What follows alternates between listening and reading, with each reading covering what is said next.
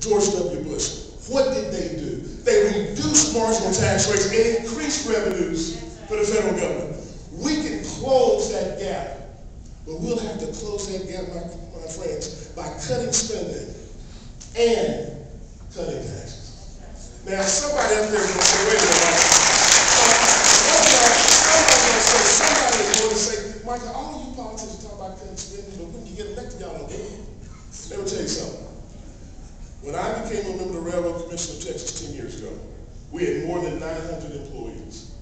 We have less than 700 today because you said you wanted smaller government. In addition to that, I've pushed to have limits in terms of what our request is to the legislature for our budget, tied to an index sort of like the rate of inflation. But I'll give you something else. Back in 2005, our Texas legislature gave the 9 of us in the executive branch a $32,000 per year pay raise. And in 2007, they gave us another $13,000 per year pay raise for a combined $45,000 increase in pay. And I have never taken a penny of it.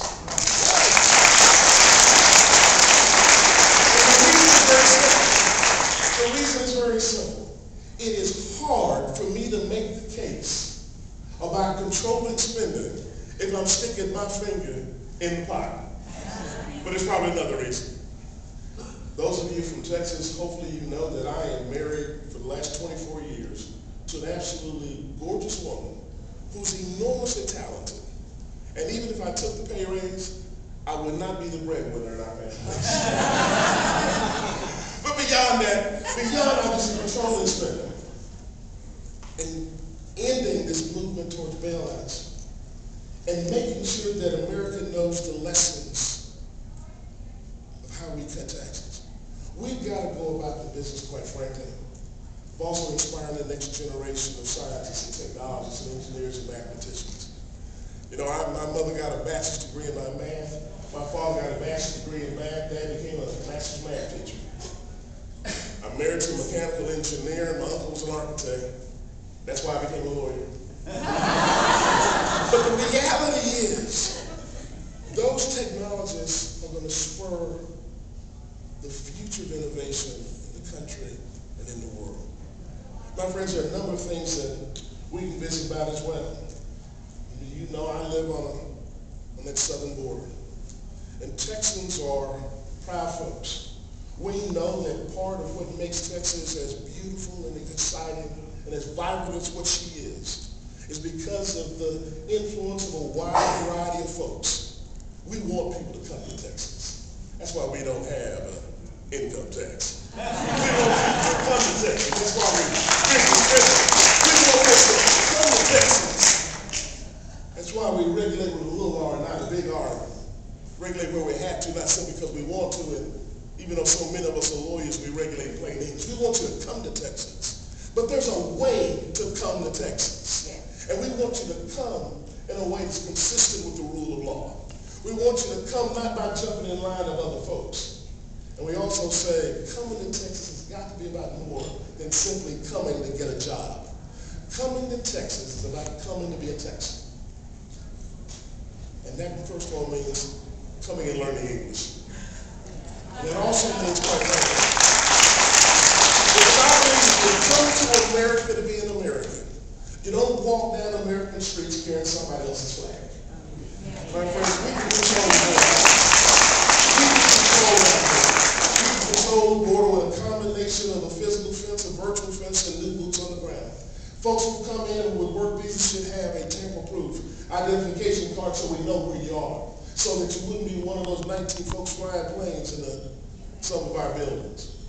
And you know, for those employers who might intentionally go out and hire illegals, the old prosecutor in me says, line them up. My friend, you've been here a good while, and I know you've got a lot you need to do, a lot of folks you have to hear from. So I want to leave you sort of with two stories in my own life. Because I told you at the beginning that people at home are telling me that they're looking for a consistent principled conservative. who has the courage to stand up in Washington, D.C. Back in 1986, I was a 33-year-old prosecutor for the United States Department of Justice. I was the prosecutor in charge of the case, the United States of America versus 5 members of the Carolina Knights of the KKK. I had indicted them for conspiring to obtain stolen military weapons from Fort Bragg and other military installations across the South. In the records of the United States Senate, it will tell you that the Carolina Knights of the KKK were the largest, perhaps the most violent white supremacist organization in the country. Those records will also tell you that I tried those cases at no small risk to myself. You see, people who had done harm to others sent a real death warrant out against me. I actually tried the last 2 cases under the heavy armed protection of officers of the Bureau of Alcohol, Tobacco, and Firearms and the United States Marshal Service. And in the end, those 5 individuals got a stay in a federal institution of higher learning. 4 years later, I was an assistant secretary for the United States Department of Education. I had the same position under President Bush that Justice Clarence Thomas had under President Reagan. And I issued a policy statement that said that colleges and universities should not reserve seats in their classrooms, nor provide financial aid dollars to students based upon their bloodlines. The New York Times said it was a frontal assault against race-based affirmative action. And it was. Why do I tell you those 2 stories? Why do I tell you those 2 stories? I tell them to you because I just have to believe that that 33-year-old kid showed a fair amount of courage in prosecuting those cases with that death warrant hanging over him.